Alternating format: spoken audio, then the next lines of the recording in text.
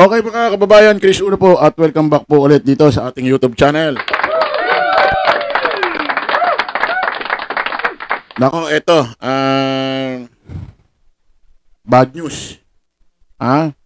Especially ho rito sa mundo, sa grupo ho ng mga DDS or mga DD shit. Hindi ho tayo gagawa ho ngayon ng mga, hindi ho tayo pipindot ngayon dito sa ating sound effect ng mga tawa-tawa, Kasi medyo masyalan ho itong ating pag-uusapan. Nagdadalamhati ho ngayon ang grupo ho ng mga DDS. Naaalala nyo ho ba ito ho si Sandra Cam?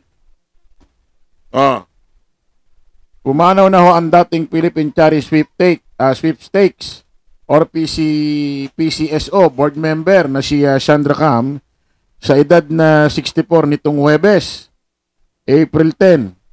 Anunsyo ng kanyang anak na si Marco Martin. Ito hong dating board member ng Philippine Charity Sweepstakes or PCSO na si Sandra Cam pumanaw na ho, mga kababayan. Sino ba si Sandra Cam, mga kababayan? Ito ho yung kritiko ng babash dito ho kay Pangulong Bongbong Marcos at dito ho kay Speaker Martin Romualdez. At ito rin ho si Sandra Cam ang gumawa ho ng fake news or fake ho na pagbubunyag na kung saan ito hong si dating senadora Laila de Lima meron daw scandal na video. Yun pala wala naman. Naging laman ng mga balita si Cam nang isinuwalat niya sa isang 2005 Senate probe na kumolekta umano siya ng pera mula sa wedding lords para sa mga politiko. Itinalaga ni nooy dating Pangulong Rodrigo Duterte si Cam sa PCSO. Pero noong 2019 nanawagan siya ng dating Pangulo na alisin siya sa pwesto dahil umano'y sa katiwalian sa ahensya. Taong 2023 nang ipawalang sala si Cam at ang kanyang anak sa reklamong murder kaugnay ng kaso sa pagpatay sa dating Batuan Masbate Vice Mayor na si Charlie Yuson dahil sa kawalan ng ebidensya. Rest in peace Sandra Cam, dating PCSO board member 1960 to 2025. Ngayon ito si Sandra Cam, hindi maiwasang mabaso sa mundo ng Facebook. Ng ilang mga netizen. Ay sinasabi nakaganti na raw itong si PBBM, nakaganti na raw ito si Speaker Martin Romualdez, especially ito si dating Senadora Laila de Lima. Ano ba yung ginawa niya kay Laila de Lima? Tignan muna natin itong video to. Baka akala fake news yung binasa natin. Patugtog muna tayo ng isang video. Nakatibayang ito si Sandra Cam, dating board member ng PCSO. Pumanaw na. Pakinggan natin. Pumanaw na si dating PCSO board member at whistleblower Sandra Cam sa edad na 64. Sa Facebook post ng kanyang anak, sinabing pumanaw si Cam kahapon pero hindi na binanggit ang dahilan nito. Nakilala si Cam na self-confessed bagwoman ng Huweteng bago naging whistleblower ng gobyerno noong 2005 na nagsiwalat sa katiwalian sa loto at ilang politiko.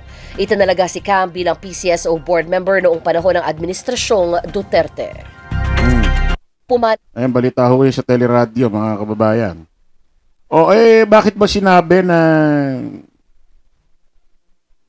ito ng mga ibang netizen sa Facebook, bakit ba sinasabi nila na nakaganti na raw ito si Laila de Lima? Pakinggan ho natin yung dati video ni Sandra Cam na kung saan siyempre buhay pa siya noon. Pakinggan natin yung video niya, Hihingi siya ng tawad kay dating Senadora Laila de Lima.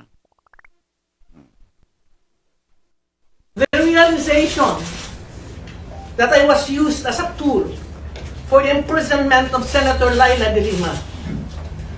Nakita ko at naranasan ko naman ang sakit at paghihirap na sa kanyang pagkakakulong. At tumingi na ako ng kapatawaran at pagsisisi sa aking pagkakamali. And the restoration of our friendship is the most important than politics.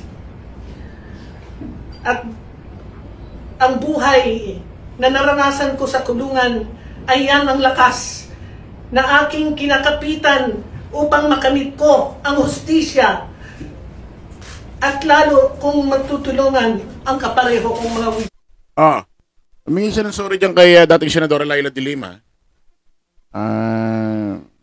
sa mga nagawa niyang kasalanan. Kasi nakikita niya rin hirap kay hirap ni Laila de Lima, siya nakulong din daw, so nakikita niya rin yung sarili niya kay Laila de Lima. Kaya humingi siya ng tawad. Ngayon, may nagsasabi, nakaganti na rin daw ito si PBBM at si Speaker Martin Romualdez. Ano ba yung video mga ginawa niya kay Speaker Martin Romualdez? Pakinggan natin. Naging speaker, wala si Inday Sarang sumabay sa pinsan mo. Walang Marcos na presidente ngayon. At walang Romualdez na tambalos-los na maging speaker ngayon. Yun lang ang isipin mo. Ang administration na to, malaki ang utang loob sa mga Duterte. If you remember, sinabi naman talaga noon ni Tatay Digong na he is a very weak leader.